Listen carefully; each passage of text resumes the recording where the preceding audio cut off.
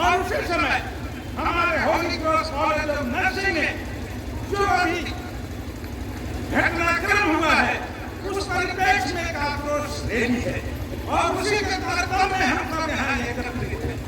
सोने से तन भरता है, मन नहीं भरता, रंग खुलता है, दिल नहीं खुलता।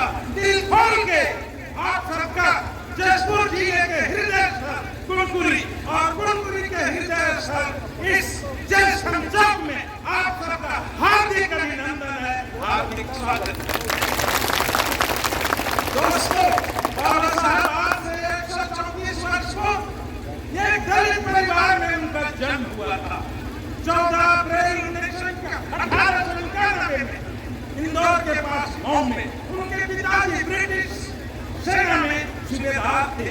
उनके पिता का नाम रामजी सकपाल और माता का नाम उनका भीमाबाई सकपाल था और माता पिता के चौथी संतान और आखिरी संतान थे बाबा साहब।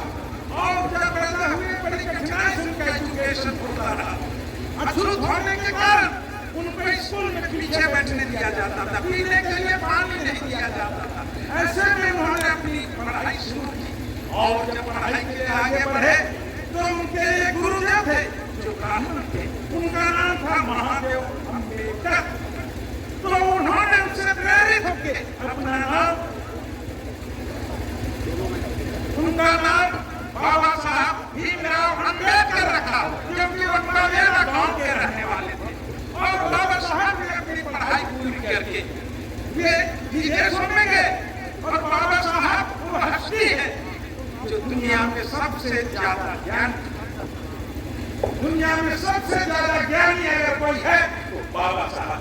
बाबा साहब के पास 32 डिग्री 32 डिग्री धिरोधार्मिक 32 डिग्री 32 डिग्रियां और 9 भाषा के ज्ञाता थे और भारतवर्ष में सिर्फ 2 लोगों को डीएससी की डिग्री थी, डॉक्टर ऑफ साइंस। पहला नंबर बाबा साहब अम्बेडकर, दूसरा थे हमारे भूतपूर्व राष्ट्रपति के.आर. नारायण और ये दोनों दलित थे। दोनों के सिवाय भारतवर्ष में कोई डीएससी होल्डर आज तक नहीं है। ताली एक बार।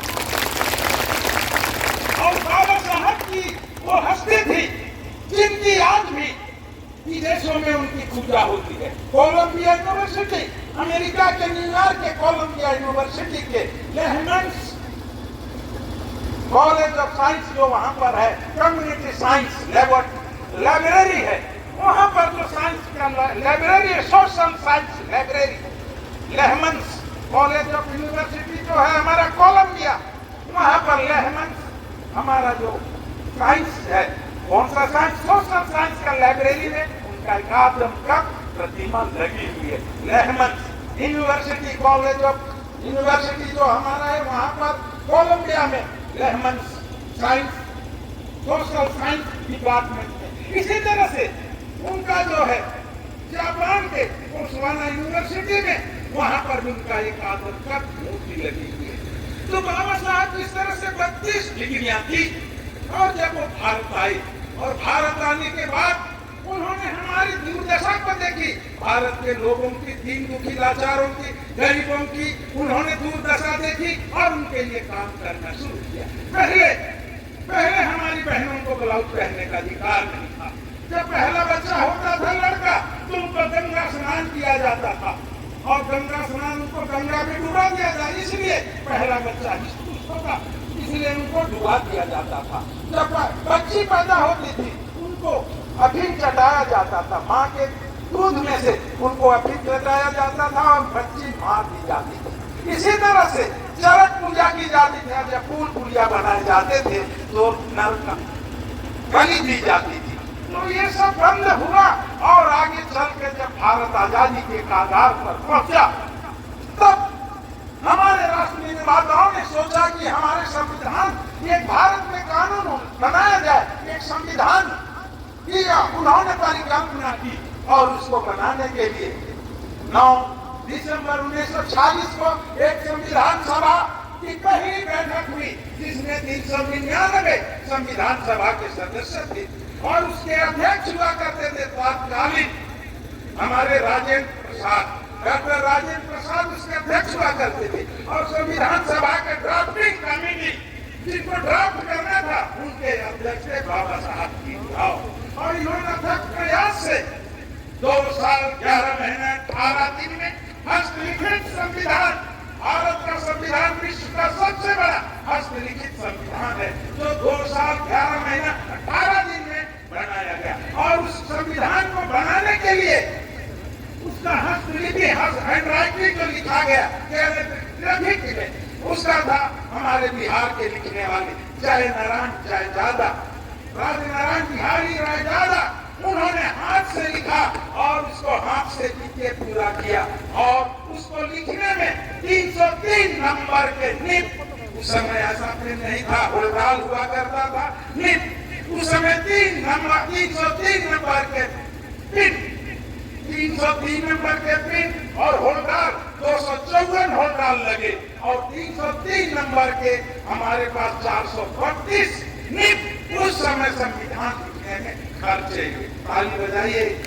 संविधान लिखने में 432 निब, 303 नंबर के और 254 होलडाल, तब हमारा संविधान बना। और संविधान की परिकल्पना जो उनकी प्रस्तावना में है, हम भारत के लोग भारत को एक प्रभुत्व संपन्न समाजवादी धर्मनिरपेक्ष गणराज्य लोकतंत्रात्मक गणराज्य बनाना चाहते हैं। उनके प्रत्येक नागरिकों को सामाजिक आर्थिक राजनीतिक न्याय काहे के लिए सामाजिक सोशल जस्टिस, आर्थिक इकोनॉमिक जस्टिस, राजनीतिक पॉलिटिकल जस्टिस और का लिबर्टी और उनको विचार अभिव्यक्ति धर्म विश्वास और उपासना की स्वतंत्रता, लिबर्टी और काहे के लिए विचार के लिए थॉट्स एक्सप्रेशन, धर्म के लिए विश्वास के लिए फेथ एंड वर्शिप के लिए उनको स्वतंत्रता दी जाए।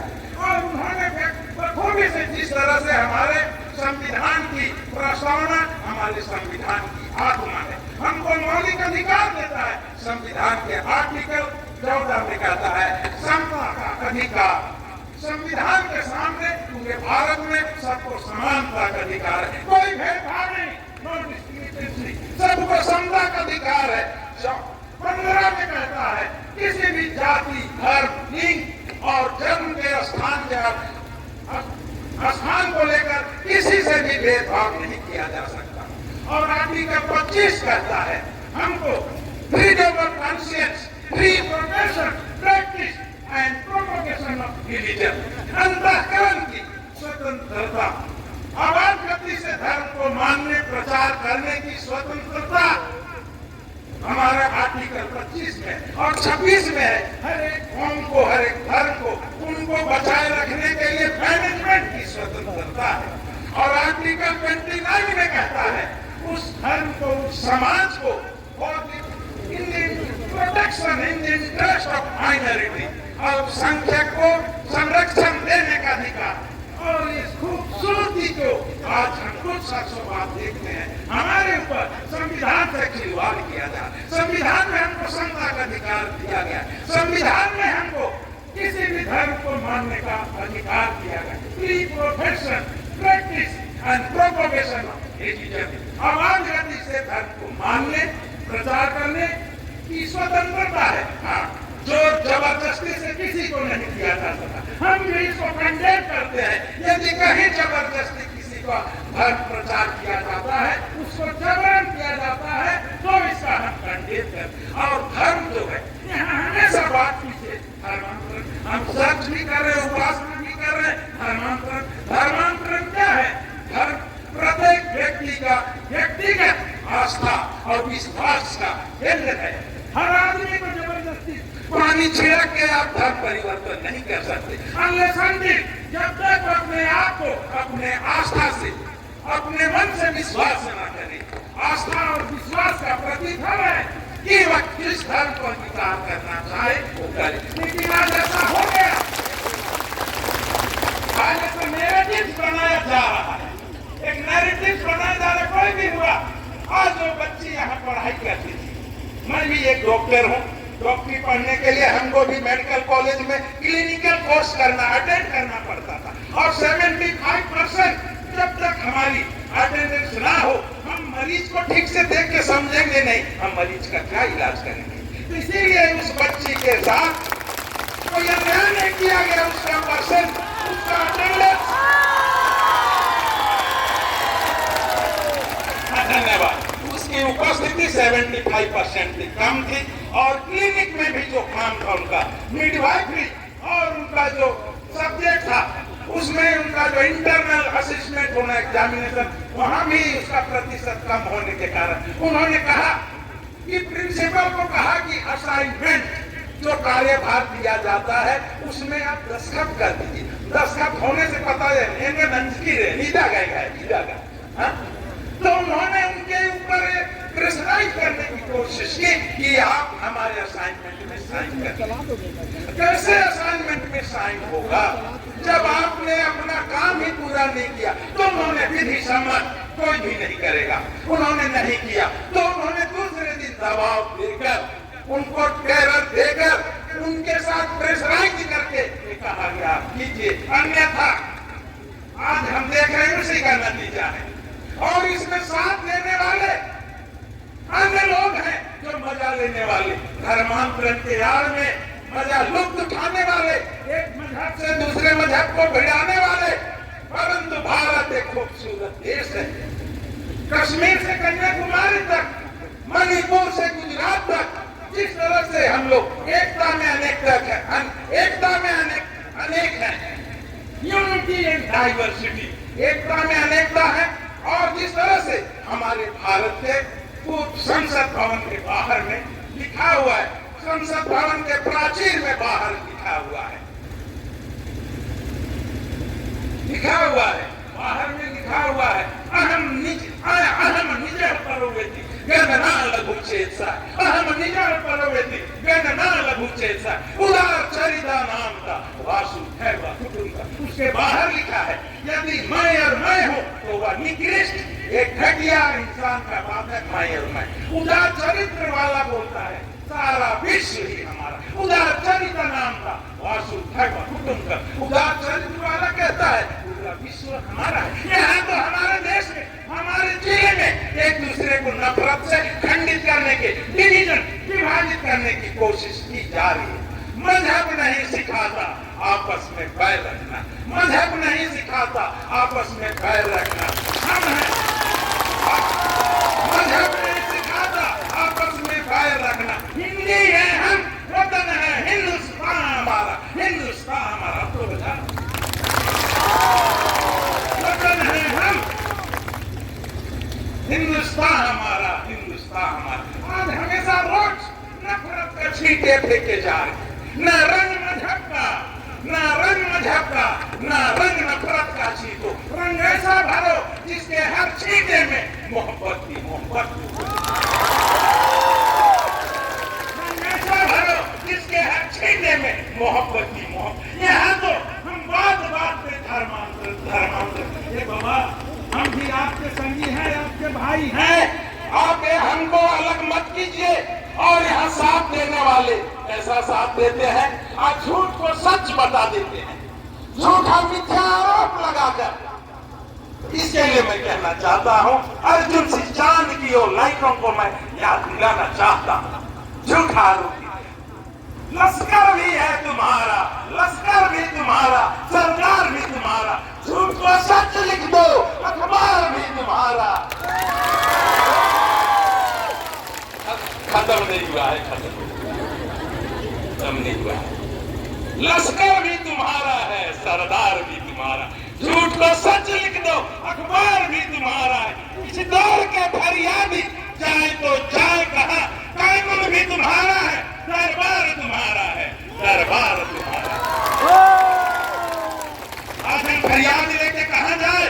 हमारे माननीय सीएम साहब का विधानसभा क्षेत्र है और उनके गृह विधानसभा क्षेत्र में आज हम अलग थलग किए जाते। इसीलिए हमने कहा कि इस दौर के फरियादी चाहे तो जाए कहां, कानून भी तुम्हारा है, कानून भी तुम्हारा है सरोज, कानून भी तुम्हारा है, दरबार भी तुम्हारा है। आज दरबार में न्याय की भीख मांग रहे हैं। आज जो जिस तरह से हमने स्लोगन कहा प्रिंसी जोसेफ को न्याय दो, न्याय दो। ये आज गांव आपसे अपेक्षा करती है। आज ये अपेक्षा कर, आज बात बात में धर्मांतरण के नाम पे हमको नीचा दिखाना चाहते हो, हमको गिराना चाहते हो। ना हम गिरे, ना हम गिरे, ना हमारे उम्मीदों के मीनार गिरे, ना हम गिरे, ना हमारे उम्मीदों के मीनार गिरे, मगर हमें गिराने के पैर में लोग कई बार गिरे, कई बार गिरे। और है